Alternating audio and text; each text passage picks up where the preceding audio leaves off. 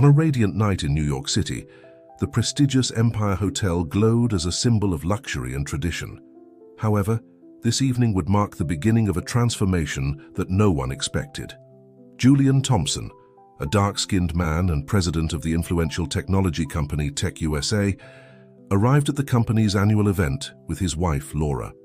He had kept his identity discreet, working tirelessly behind the scenes to shape the company according to his values of inclusion and respect. As the night progressed, Julian encountered figures from his past, such as Monica Williams, a former classmate whose memories were filled with prejudice and humiliation. But she had no idea who Julian really was now, nor of the transformative power he carried with him. The revelation of his position in the company would shake the structures of this event and plant the seeds of profound change throughout Tech USA's culture. How could Julian's struggle for justice and equality become the trigger for a corporate renewal that would transcend borders? Let's find out together. But before we dive into this story of overcoming and unexpected twists, comment below where you're watching from. And if you enjoy stories with impactful and inspiring endings, don't forget to subscribe for more. The night sparkled with a special glow over New York City. The Empire Hotel, one of the most prestigious in the city, shone with its golden lights as guests arrived in their luxurious cars. It was the annual celebration of Tech USA, one of the country's most important technology companies, and the atmosphere vibrated with expectation. Julian Thompson adjusted his tie in front of the car mirror, while his wife Laura smiled at him tenderly. After 15 years of hard work, he had reached the presidency of Tech USA, although few knew it. His policy had always been to maintain a low profile, focusing on results rather than titles. "You look perfect," Laura whispered, fixing an invisible crease in his suit. "As always." Julian took her hand and kissed it softly. Thank you for always being by my side." As they got out of the car, camera flashes went off. Technology and business reporters were covering the event, though none knew that the dark-skinned man who had just arrived was the company's president. Julian had kept his identity under wraps for the past year, working behind the scenes to implement significant changes in the corporate culture. The hotel lobby was a spectacle of elegance. Bohemian crystals hung from the ceiling, creating a kaleidoscope of lights that danced over the guests. Laura, radiant in her emerald dress, moved with natural grace as they greeted the attendees. That's when he saw her. Monica Williams hadn't changed much since their school days. Her platinum blonde hair, haughty posture, and that look of superiority remained intact. She was on the arm of a tall, distinguished man whom Julian recognized as Alexander Roberts, one of the company's longest-serving executives. Time seemed to stand still as memories flooded his mind. The taunts in the schoolyard, the hurtful comments, the humiliations, it all came back like a wave. Julian Thompson?" Monica's voice cut through the air like a knife. "I can't believe it. What are you doing in a place like this?" Laura felt her husband's hand tighten slightly around her waist. She knew the story, knew the pain this woman had caused in the past. "Good evening." "Monica," Julian replied with a calmness that surprised even Laura. "Small world, isn't it?" Monica let out a laugh that sounded more like mockery than amusement. "Alexander, look who's here. Remember I told you about my old schoolmate, the one who always wore second-hand clothes and—" "Monica," Alexander interrupted, visibly uncomfortable with the situation, although his gaze revealed a certain disdain towards Julian. "Behave yourself. We're at a corporate event." "Oh, but it's so peculiar to find him here," Monica continued, scanning Julian up and down with a dismissive look. "Do you work in the catering service?" Laura took a step forward, but Julian gently held her back. "Actually, I'm a guest at the event," he responded with a serene smile. "Like many others here." "A guest?" Monica raised a perfectly outlined eyebrow. "And how did you get an invitation to such an exclusive event?" Before Julian could respond, a group of executives approached to greet them. The conversation was interrupted, but Monica and Alexander's gazes remained fixed on the couple, like vultures waiting for their moment. Laura leaned close to her husband's ear. "Are you okay, love?" Julian nodded slightly. "Perfectly. Some ghosts from the past need to be faced." As they moved towards the main hall, They could hear Monica's whispered comments. "Can you believe it, Alexander? How do they let just anyone into these events? There's no exclusivity anymore." The main hall was even more impressive than the lobby. Round tables with white silk tablecloths were distributed around a central dance floor. On the stage, an orchestra played soft music as guests took their seats. "Main table," the usher indicated as Julian and Laura approached. "There must be a mistake," Monica interrupted, having followed them. "That table is for executives and their partners." The usher consulted his list. "There's no mistake, ma'am. Mr. Thompson and his wife are assigned to the main table." The confusion on Monica's face was evident. Alexander, for his part, began to show signs of unease. As the Director of Human Resources, he should know all the important executives in the company. As they sat down, Laura squeezed Julian's hand under the table. "When do you plan to tell them?" "All in good time, my love," he replied with a mysterious smile. "The night is just beginning." The first chapter ends with tension floating in the air, as guests begin to take their seats and whispers about Julian's presence at the main table spread through the hall. Monica and Alexander, seated a few chairs away, exchanged looks of bewilderment and disdain, unaware of the revelation that is about to come. The tinkling of glasses and the murmur of conversations filled the hall. Julian discreetly observed his surroundings, noticing the curious glances some guests were casting his way. Beside him, Laura maintained an amicable conversation with other executives, her radiant and confident presence contrasting with Monica and Alexander's palpable discomfort. "And tell us, Mr. Thompson," Alexander suddenly interrupted, with a tone that attempted to be cordial, but failed to hide his disdain. "In which area of Tech USA do you work?" Before Julian could respond, Monica let out a mocking giggle. "Oh, darling, I'm sure Julian doesn't really work at Tech USA. He's probably part of the cleaning staff or something like that. Isn't that right, Julian?" An uncomfortable silence fell over the table. Laura clenched her fists under the tablecloth, restraining herself from responding. Julian, however, maintained his calm and replied with an enigmatic smile. "Let's say my work involves overseeing various areas of the company." Alexander frowned, clearly confused. As the Director of Human Resources, he was sure he knew all the important employees at Tech USA. Julian's presence at the main table and his ambiguous response puzzled him. "Impossible," Monica muttered loudly enough for everyone at the table to hear. "Someone like you couldn't—" "Someone like me," Julian interrupted, his voice calm but firm. "What exactly do you mean by that, Monica?" The atmosphere tensed even more. The other guests at the table looked from side to side, feeling the electricity in the air. Monica, however, didn't back down. With a malicious smile, she leaned forward. "Oh, come on, Julian. We both know where you come from. I remember perfectly well how you used to come to school. With those second-hand clothes and those worn-out shoes. How could someone like that be sitting at this table?" Monica's words fell like a blow, reviving old wounds. Julian closed his eyes for a moment, transporting himself back to his childhood. The school playground was a battlefield for young Julian. Each day was a struggle for survival, not just academically but emotionally. Monica and her group of wealthy friends had made him their favorite target. "Look who's here," Monica would mock, pointing at Julian's worn shoes. "Are those your grandfather's shoes, or did you find them in the trash?" The laughter echoed in his ears as Julian tried to go unnoticed, clinging to his books as if they were a shield. "Why don't you go back where you belong?" Monica once yelled at him, pushing him. "This is no place for people like you." But instead of breaking, each insult, each humiliation, became fuel for his determination. Julian promised himself that one day he would show them all what he was capable of. Returning to the present, Julian opened his eyes and looked directly at Monica. His voice was soft, but charged with a strength that made everyone at the table pay attention. "You're right, Monica. I come from a very different place than yours. I grew up in a neighborhood where every day was a struggle, where having shoes, even if they were old, was a luxury. But you know what?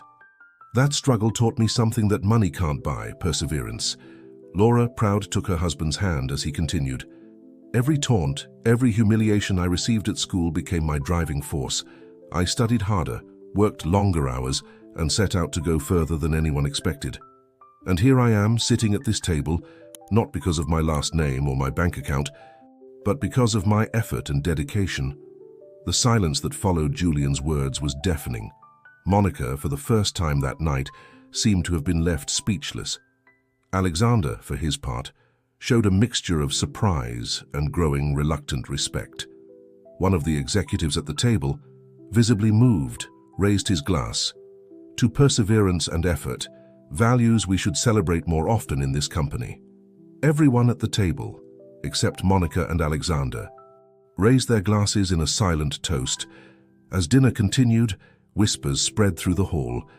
Julian's story, his enigmatic presence at the main table, and his confrontation with Monica had become the talk of the night. No one, however, could imagine the true revelation that was about to come. Julian exchanged a knowing look with Laura. The moment of truth was approaching, and with it, a lesson that Monica, Alexander, and all those present would never forget. The chapter ends with tension at its peak.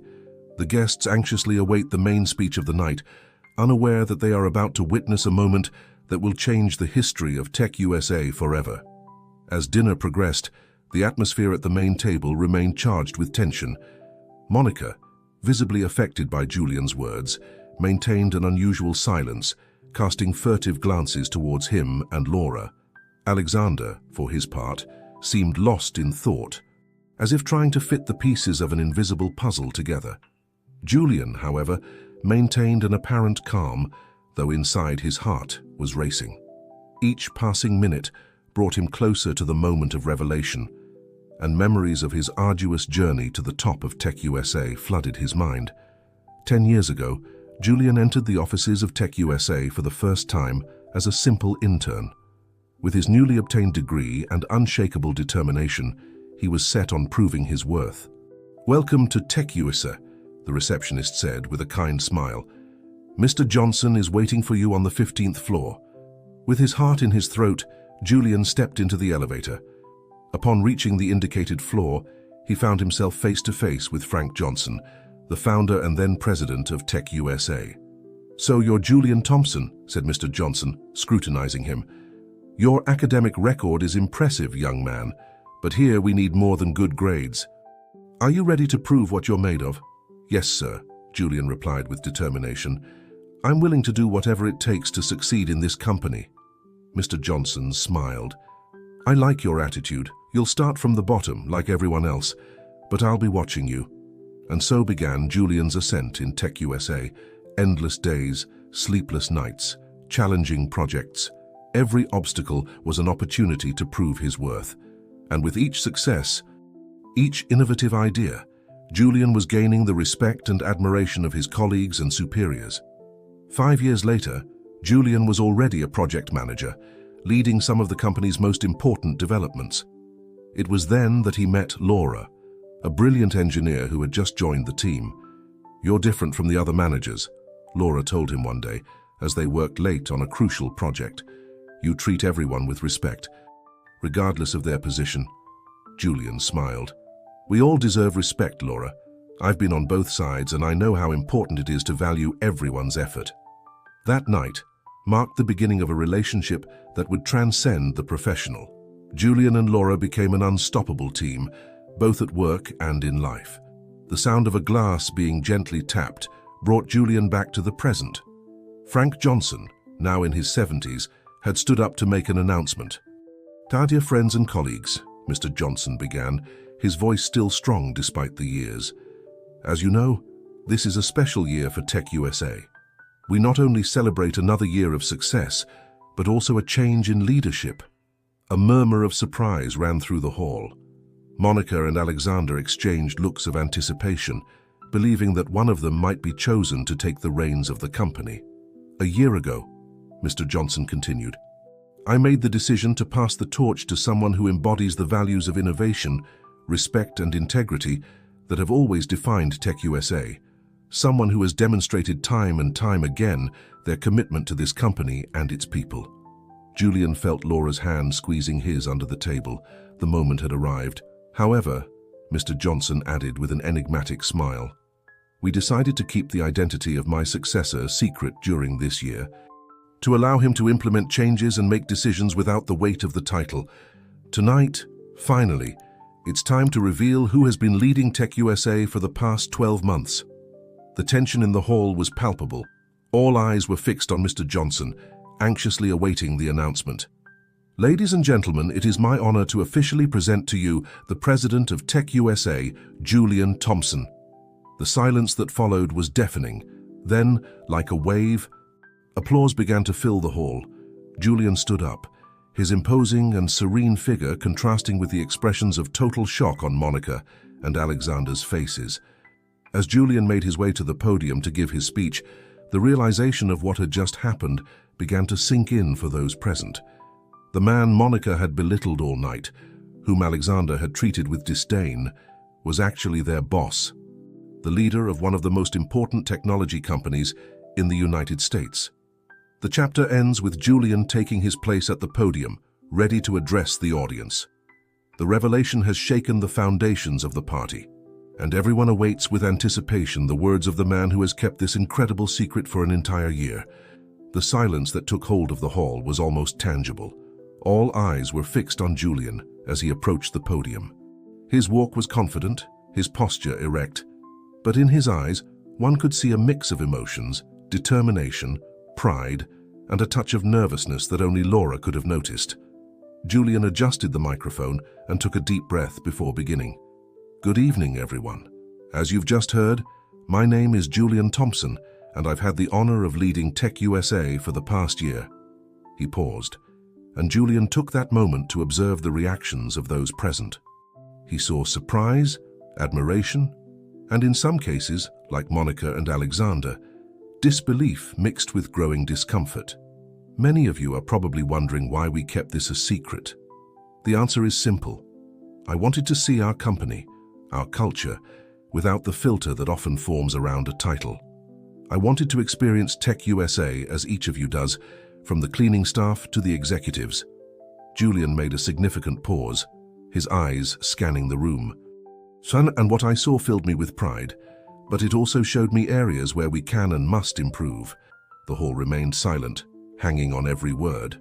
This year, we implemented subtle but significant changes, mentoring programs, diversity and inclusion initiatives, and a renewed focus on ethical innovation. But today I want to talk to you about something more fundamental: respect. Julian noticed how Monica shifted uncomfortably in her seat. Respect is not something earned by a title, by skin color, or by the size of a bank account. Respect is earned through actions, with integrity, with empathy. His voice became more passionate. I grew up in a neighborhood where opportunities were scarce. I went to a school where the color of my skin and my economic situation made me a target for mockery and discrimination. Monica's eyes widened, recognizing her own guilt in those words. But instead of letting myself be defeated, I used those experiences as fuel. I promised myself that one day I would be in a position where I could make a difference, where I could ensure that no one else had to go through what I went through. Julian paused, his gaze sweeping the room once more. Tech USA is not just a technology company. We are a community, a family. And in this family, there is no place for discrimination, racism, or disrespect. Every person in this room, from the cleaning staff to the executives, deserves to be treated with dignity and respect. Murmurs of approval and some isolated applause were heard. In the past year, I've seen great examples of camaraderie and teamwork, but I've also witnessed behaviors that have no place in our company: derogatory comments, discriminatory attitudes, abuse of power. This ends today. Julian looked directly at Alexander, who seemed to want to sink into his chair. Starting tomorrow, we will implement a new code of conduct. Any form of discrimination or disrespect will be grounds for immediate disciplinary action, regardless of the offender's position or seniority. The hall erupted in applause. Many stood up, showing their support for Julian's words. But it's not just about punishing the bad. We're also going to recognize and reward those who embody the values of respect, inclusion, and innovation that we want to see in Tech USA. Julian smiled, his voice softening a bit. I know some of you are surprised by my presence here. Perhaps you thought someone like me couldn't lead a company like this. I assure you, I understand that surprise. There were moments in my life when I myself doubted I could get this far. His gaze met Laura's, who smiled at him with pride and love. But I'm here to show you that human potential knows no limits of race, gender, or social class. I'm here to invite you to join me in building a stronger, more inclusive and more innovative Tech USA than ever before. Julian raised his glass. To a future where every idea is heard, where every person is valued, and where together we reach heights we can't even imagine. To Tech USA. The entire hall stood up, applauding and cheering. Glasses were raised in the air, and for a moment, the emotion and unity were palpable. As Julian descended from the podium, he saw Monica and Alexander exchanging panicked looks. They knew that their past and present actions had been exposed, and that consequences were coming. The chapter ends with Julian returning to his table, where Laura greets him with a hug full of pride and emotion. The party continues, but the atmosphere has changed. Julian's words have sown the seeds of profound change in Tech USA, and no one can ignore the power of his message. The days following Julian's revelation as president of Tech USA were a whirlwind of emotions and changes. The news spread like wildfire, not only within the company, but also in business circles across the United States. In the office, the atmosphere was electric. Employees at all levels were discussing Julian's speech and the implications of his words. Many felt inspired and hopeful about the new direction the company was taking. Alexander, for his part, found himself in a precarious position. As Director of Human Resources, he knew that his behavior at the party and his history of questionable decisions put him in the spotlight. On Monday morning, he presented himself at Julian's office, visibly nervous. "Mr. Thompson," he began, his voice trembling, "I'd like to apologize for my behavior at the party. I had no idea you were—" Julian interrupted him with a wave of his hand. "Alexander, the problem isn't that you didn't know who I was. The problem is that you believe respectful treatment is only owed to those you consider superior to you." Alexander lowered his gaze, ashamed. "As I mentioned in my speech," Julian continued, "we're going to implement significant changes in our corporate culture, and I need to know if I can count on you to lead those changes from human resources." Alexander looked up, surprised. You're not going to fire me?" Julian smiled slightly. "I believe in second chances, Alexander, but I also believe in responsibility. You have a week to present me with a detailed plan on how we're going to improve our inclusion and respect policies. If you're not up to the challenge, then we'll have to reconsider your position."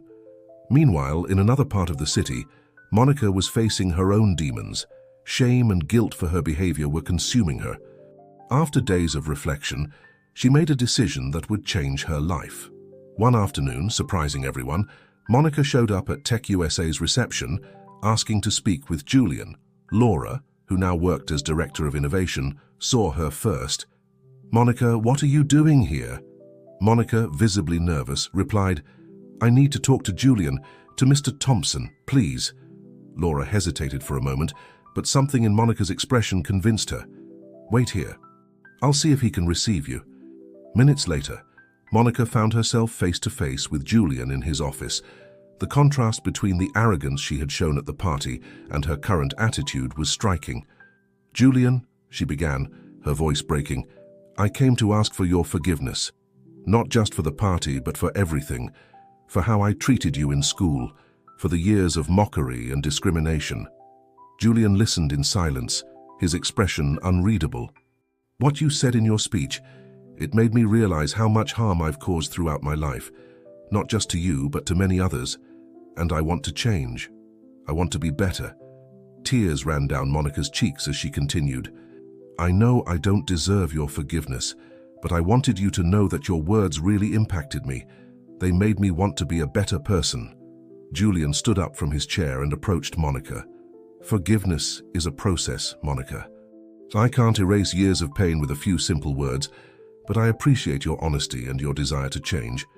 He paused before continuing. "You know, we're about to launch a new corporate volunteer program. We'll be working with schools in underprivileged neighborhoods, offering mentoring and resources. Perhaps you'd be interested in participating." Monica's eyes lit up. "Are you serious? You'd give me that opportunity?" Julian nodded. Change begins with small steps, Monica. This could be your chance to make a positive difference in others' lives. As Monica left the office, with a mix of gratitude and determination on her face, Laura entered. "Are you sure about this?" she asked, referring to the offer made to Monica. Julian embraced her. "You know, love, sometimes the people who need a second chance the most are those who have hurt us. If Monica really wants to change, who are we to deny her that?" Laura smiled, softly kissing her husband. "That ability to forgive and see the best in others is one of the reasons I love you so much." The chapter ends with Julian and Laura looking out the office window, observing the sunset over New York City. The future looked promising, full of challenges but also opportunities for change and growth, not just for Tech USA, but for everyone involved in this story of redemption and overcoming. The following months were a period of intense transformation for Tech USA. Julian Dow, now fully visible in his role as president, led with a mix of firmness and compassion that inspired everyone around him. The new corporate volunteer program, dubbed Tech Future, quickly became the company's flagship project. Every weekend, groups of employees traveled to different underprivileged neighborhoods in the city to offer technology workshops, mentoring, and educational resources to young people who otherwise wouldn't have access to these opportunities. Monica, true to her word, became one of the program's most active participants. Her transformation was evident to everyone. The arrogant and dismissive woman had given way to someone more humble and committed to making a difference. One Saturday, while helping a young student with a programming project, Monica had an epiphany. The girl, about 12 years old, reminded her a lot of Julian in his school days, bright-eyed, determined, but facing seemingly insurmountable obstacles. "You know," the girl said, her eyes shining with enthusiasm, "I used to think technology was only for rich people, but now I know I can be whatever I want to be." Those words hit Monica hard. She realized how many lives could be changed with the right opportunities, and how much harm she had done in the past by judging others based on superficial prejudices. Meanwhile, at the company, Alexander was proving to be an unexpected ally in Julian's mission. After their initial conversation, he had taken seriously the challenge of transforming the human resources department. He implemented new hiring policies that prioritized diversity, organized sensitivity workshops for all employees, and established a mentoring system that helped lower-level workers develop their skills and advance in their careers. One day, Alexander showed up at Julian's office with a bold proposal. "Mr. Thompson," he began, his voice full of enthusiasm, "I've been thinking about how we can take our commitment to inclusion to the next level. What would you think about establishing a scholarship program for students from marginalized communities?" Julian looked at him with interest. "Go on, I'm listening." "We could offer full scholarships to study technology careers, with the promise of internships and possible positions at Tech USA after graduation. It would be a way to diversify our workforce and give back to the community." Julian smiled, genuinely impressed. "That's an excellent idea, Alexander. I'm glad to see you're taking our commitment to change seriously. Prepare a detailed proposal, and we'll present it at the next board meeting." As Alexander left the office, visibly excited, Laura entered. "Looks like someone's had a transformation," she commented with a smile. Julian nodded. "It's amazing how people can change when given the right opportunity and motivation." Laura sat on the edge of Julian's desk. "Speaking of changes, I have news." "Oh," Julian looked at her curiously. "The project I've been working on, the ethical AI one, well, it just received approval to move to the testing phase." Julian's eyes lit up. "That's wonderful, love. I knew you'd do it." Laura smiled, but there was something else in her expression. "There's something more, Julian. I'm pregnant." Silence filled the office for a moment before Julian jumped up and hugged Laura, lifting her and spinning her around.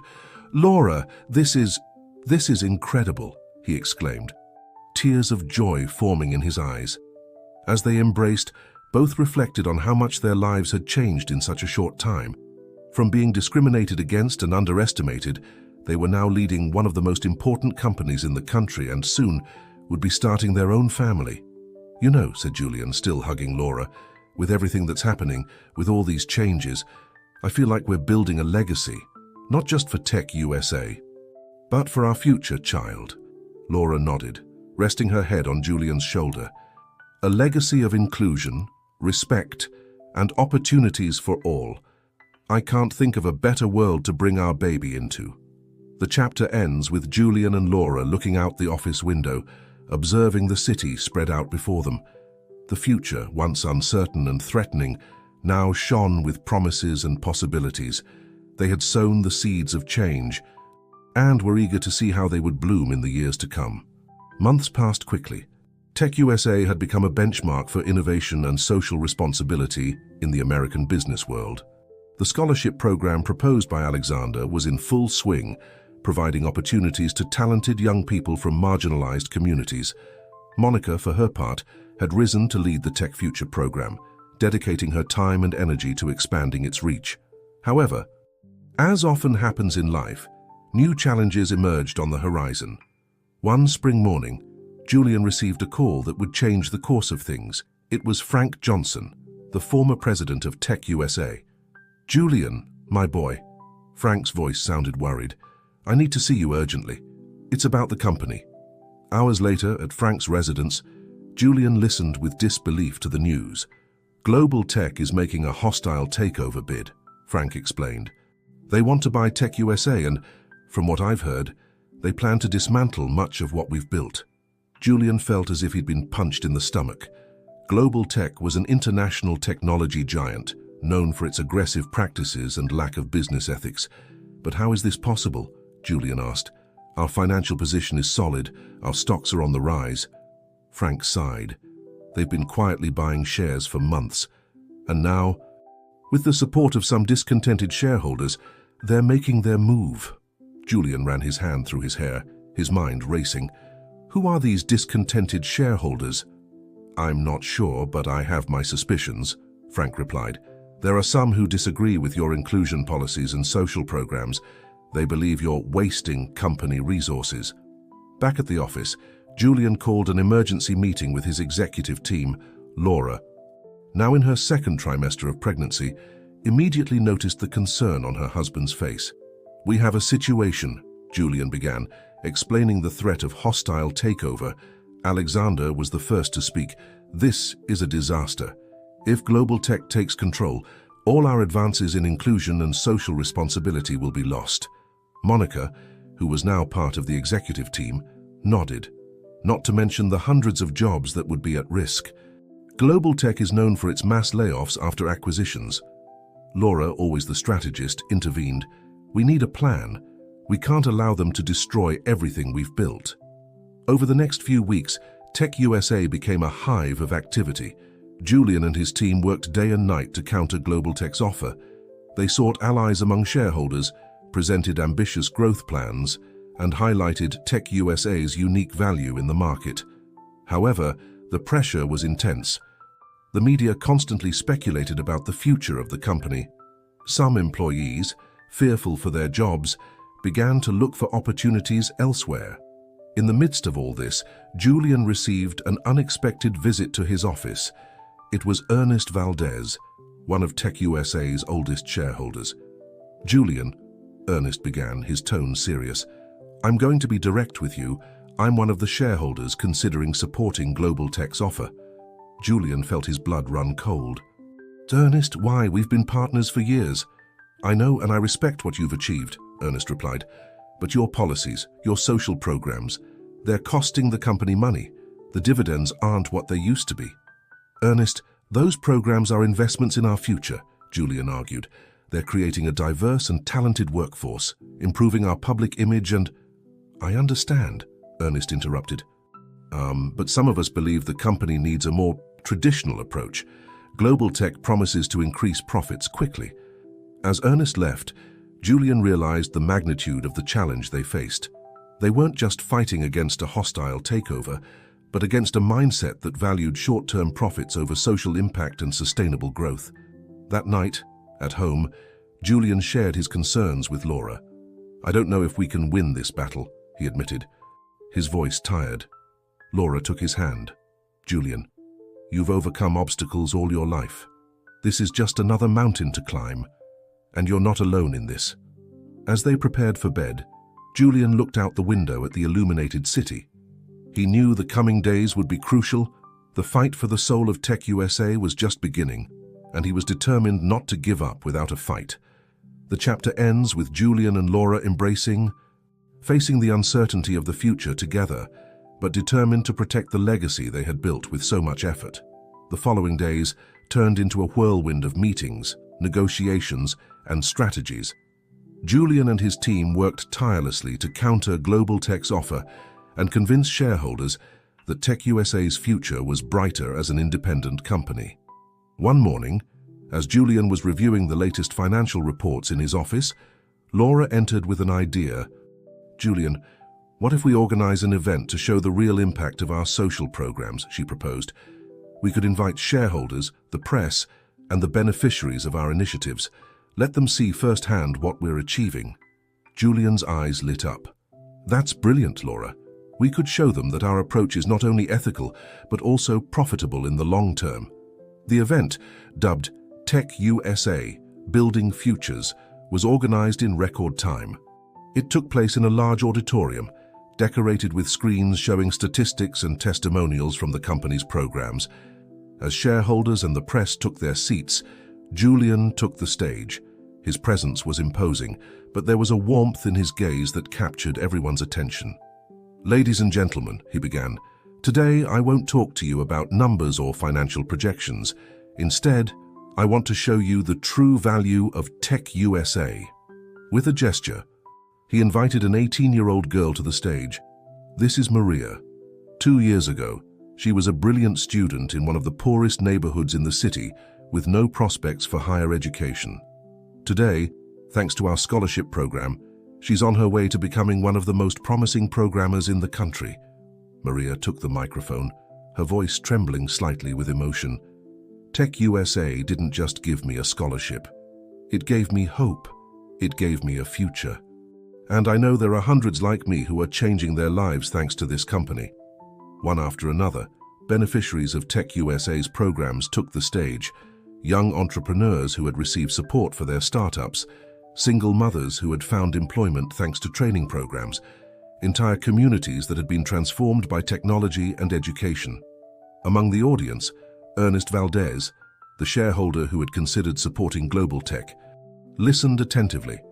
His expression went from disbelief to deep reflection. Monica, who had been coordinating much of the event, took the stage to give her testimony. "A year ago, I was part of the problem," she admitted. "My prejudices and arrogance blinded me, but Tech USA, and especially Julian, gave me the opportunity to change, to be better. Today, I can proudly say that I'm dedicating my life to making a positive difference in society." When Julian returned to center stage for the closing, the atmosphere in the auditorium had notably changed. The initial tension was no longer felt, but rather an energy of inspiration and unity. "What you've seen today," Julian said, his voice full of passion, "is just the beginning. Tech USA is not just a technology company. We are an engine of social change, a catalyst for a fairer and more prosperous America. And all of this, ladies and gentlemen, is not only morally right, but also a solid and sustainable business model." He projected graphs on the screen, showing how the company's improved reputation had attracted more customers and talent, how diversity had driven innovation, and how social programs had created a loyal and growing consumer base. Global Tech's offer promises quick gains. "But at the cost of our soul," he continued, "I ask you to look beyond the next quarters. See the long-term potential, the legacy we can build together. Tech USA is not just a company, it's a movement towards a better future for all." When Julian finished his speech, the auditorium erupted in applause. Even some of the most skeptical shareholders stood up, visibly moved. Ernest Valdez approached Julian after the event. "You've given me a lot to think about." "Julian," he said, shaking his hand, "I think I underestimated the real value of what you're doing here." As the crowd dispersed, Laura approached Julian and hugged him. "You did it, love. You showed them the heart of Tech USA." Julian smiled, exhausted but hopeful. "We haven't won yet. but I think we took a big step in the right direction today. The chapter ends with Julian and his team gathered, reviewing the positive reactions to the event and planning the next steps in their fight against the hostile takeover. The battle for the soul of Tech USA continued, but now they had the renewed support of many of their shareholders and the public backing of the community they had helped. The weeks following the Tech USA Building Futures event were intense. Public opinion had swung in favor of Tech USA, with numerous articles and reports highlighting the company's positive impact on society. However, Global Tech wasn't giving up and continued to press with its acquisition offer. One afternoon, while Julian was discussing strategies with his executive team, his assistant rushed into the boardroom. "Mr. Thompson, there's someone insisting on seeing you. They say it's urgent," she announced, visibly agitated. "We're in the middle of a crucial meeting," Julian replied, frowning. "Who is it?" It's the CEO of Global Tech, sir. Mr. Richard Anderson is here in person." A deathly silence fell over the room. All eyes turned to Julian, who, after a moment of reflection, nodded. "Show him in," he said calmly. Richard Anderson entered the room with a determined stride. He was an imposing man in his 50s, with an impeccable suit and a penetrating gaze. "Mr. Thompson," Anderson greeted, extending his hand. "I apologize for the interruption, but I believe it's time we speak directly." Julian shook his hand, maintaining a neutral expression. "Of course, Mr. Anderson. How can I help you?" Anderson looked around the room before continuing. "I'd prefer if this conversation were private, if you don't mind." After a brief exchange of glances with his team, Julian agreed. "Let's use my office." Once alone, Anderson got straight to the point. "Mr. Thompson, I've come to make you a personal offer. We're willing to significantly increase our offer for Tech USA, with one condition, that you stay on as CEO after the acquisition." Julian was stunned. Of all the possibilities he had imagined, this wasn't on his radar. Anderson continued, "We've been closely observing your operations, especially after your revealing event. I must admit we're impressed. Your approach to social responsibility and ethical innovation is intriguing." "Mr. Anderson," Julian began, regaining his composure, "I appreciate your offer, but I must decline. Tech USA is not for sale, and I'm certainly not willing to compromise our values for a higher offer." Anderson smiled, but it wasn't a smile of defeat. "Mr. Thompson, I think you've misunderstood me. We don't want to change Tech USA. We want to learn from it." Julian looked at him skeptically. "Excuse me. You see," Anderson explained, "Global Tech has been facing growing criticism for our corporate practices. We've lost contracts, talent, and frankly, we're losing ground to more ethically aligned competitors. Your model at Tech USA, combining social responsibility with technological innovation, is exactly what we need." Julian leaned back in his chair, processing this information. "Are you saying you want to acquire Tech USA to change Global Tech?" Anderson nodded. "Exactly. We want Tech USA to be the spearhead of a global transformation in our company. With our resources and your vision, we could amplify the impact you're having here in the US on a global scale." Julian's mind was spinning. The proposal was tempting, but also risky. "And what guarantees do I have that you won't dismantle everything we've built once you have control?" "I understand your concern," Anderson replied. "That's why I want you to remain at the helm. You'll maintain full control over Tech USA's operations and oversee the implementation of your policies throughout Global Tech's structure. We're willing to sign legally binding agreements that guarantee Tech USA's autonomy and the preservation of your social programs." Julian remained silent for a moment, considering the implications. "I need time to think about this, Mr. Anderson, and I'll have to discuss it with my team." Anderson stood up, nodding. "Of course, take all the time you need, but remember, Mr. Thompson, this is an opportunity to take your vision much further than you ever imagined." After Anderson left, Julian remained alone in his office, looking out the window at the city sprawled before him. Global Tech's proposal offered the possibility of impact on a global scale, but it also carried significant risks. He pulled out his phone and dialed Laura's number. "Love," he said when she answered, "I need you to come to the office." Something important has come up and I need your advice. The chapter ends with Julian waiting for Laura's arrival, his mind torn between the excitement of possibilities and the fear of risks. The decision he would make would not only affect Tech USA's future, but could change the landscape of technology and corporate responsibility worldwide. The days following Richard Anderson's proposal were a whirlwind of discussions, analysis, and deep reflections. Julian gathered his executive team, including Laura, Alexander, and Monica, to debate Global Tech's offer. "It's a unique opportunity," Alexander argued. "We could expand our impact on a global scale." Monica, however, expressed her doubts. "Can we trust that they'll really keep their word? Global Tech has a questionable track record." Laura, always the voice of reason, suggested, "We need more guarantees. Maybe we could propose a merger instead of an acquisition, maintaining part of our independence." After days of deliberation, Julian made a decision. He called for a meeting with Richard Anderson and the legal teams of both companies. "Mr. Anderson," Julian began, his voice firm and determined, "we've carefully considered your offer. We're willing to proceed, but with conditions." Anderson nodded, expectantly. "First, it won't be an acquisition, but a merger. Tech USA will maintain its identity and operational autonomy. Second, I want a binding commitment that our social programs will not only be maintained, but expanded globally.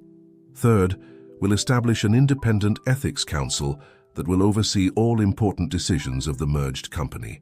Anderson considered the proposals for a moment before responding, "Those are demanding conditions, Mr. Thompson, but I understand their importance." "We agree." The following months were a period of intense activity. The merger between Tech USA and Global Tech became international news, with many observers skeptical about how this union between two seemingly so different companies would work. 5 years later, Julian stood on the stage of a packed auditorium in New York. It was the annual Technology and Social Responsibility Conference, and he was the keynote speaker. "5 years ago," he began, "we made a risky decision. Many thought we were crazy to merge with a company that seemed to represent everything we opposed. But today, I can proudly say that decision has changed the global technological landscape." On the screens behind him, images were projected of the projects the merged company had carried out around the world. Technology schools in Africa, drone reforestation programs in the Amazon, clean energy initiatives in Asia. We've demonstrated that profitability and social responsibility are not mutually exclusive. In fact, they're synergistic. Our inclusion and diversity programs have attracted the best global talent, driving our innovation to unprecedented levels. In the front row, Laura smiled proudly, holding the hand of their 4-year-old daughter, Hope. Next to them were Alexander, now Global Director of Human Resources, and Monica, who led the company's Social Impact Division. But our work isn't finished," Julian continued. "Every day we face new ethical challenges in the world of technology. Artificial intelligence, data privacy, automation. These are issues that require not only technical innovation, but also deep moral reflection." As Julian spoke, the camera focused on Richard Anderson in the audience. The former CEO of Global Tech, now retired, nodded in approval. The transformation of the company under Julian's leadership had exceeded even his most optimistic expectations. "The true legacy of our company is not our products or our profits," Julian concluded. "It's the positive impact we've had on millions of lives around the world. It's the proof that with vision, determination, and solid values, we can use technology to build a fairer and more equitable world." Applause resonated in the auditorium as Julian descended from the stage. Laura greeted him with a hug, Hope clinging to his leg. "I'm so proud of you," Laura whispered. Julian crouched down to lift his daughter. "All this is for you, my little Hope, so that you and your generation inherit a better world." As the family left the auditorium, Julian reflected on his journey. From that boy who suffered bullying in school to becoming a global leader who was changing the world, it had been a long and difficult road, but every obstacle, every challenge had been worth it. Outside, the sun was setting over New York City. Julian looked towards the horizon, where the skyscrapers blended with the orange sky. He felt a deep sense of peace and fulfillment. "You know what, Laura," he said, as they walked to their car. "I think this is just the beginning. We have so much more to do." Laura smiled, intertwining her fingers with his. "Together, my love, always together." And so, with his family by his side and a bright future ahead, Julian Thompson continued his mission to use technology to create a better world, one day at a time.